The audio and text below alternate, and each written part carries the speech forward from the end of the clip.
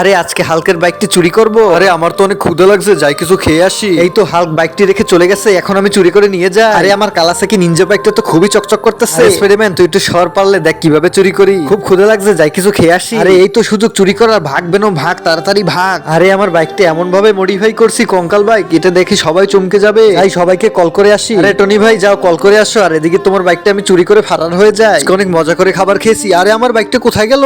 আয় হায়, আমি তো পাগল হয়ে যাবো। ওই ভাই একটা বাইক দেখছেন? আয় হায় রে, আমি তো বরবাদ হয়ে গেলাম। আমার কালাসাকি নিনজা বাইকটা কে চুরি করে নিয়ে গেল? আরে কিছু একটা শব্দ পেলাম আমি এখানে। আরে আমার বাইকটা কোথায় গেল? আয় হায়, আমি তো শেষ। বন্ধুরা, এরপর যেটি হলো সেটি দেখলে তুমি একদম অবাক হয়ে যাবা, কিন্তু সেটি দেখার আগে প্রথম ভিডিওতে একটি লাইক দাও, পরে সাবস্ক্রাইব করো, পরে শেয়ার বাটনে ক্লিক করো এবং এইচডি সাউন্ডে ক্লিক করো আর দেখো ম্যাজিক। স্ক্রিনে দেখানো ছবিটাকে যদি তোমরা ভালোবেসে থাকো তাহলে ভিডিওটিকে একটি লাইক করো এবং চ্যানেলটি একটি সাবস্ক্রাইব করে দাও, এবং ছবিটাকে যদি তোমাদের ভালো না বাসো তাহলে চ্যানেলটিকে সাবস্ক্রাইব করার দরকার নেই।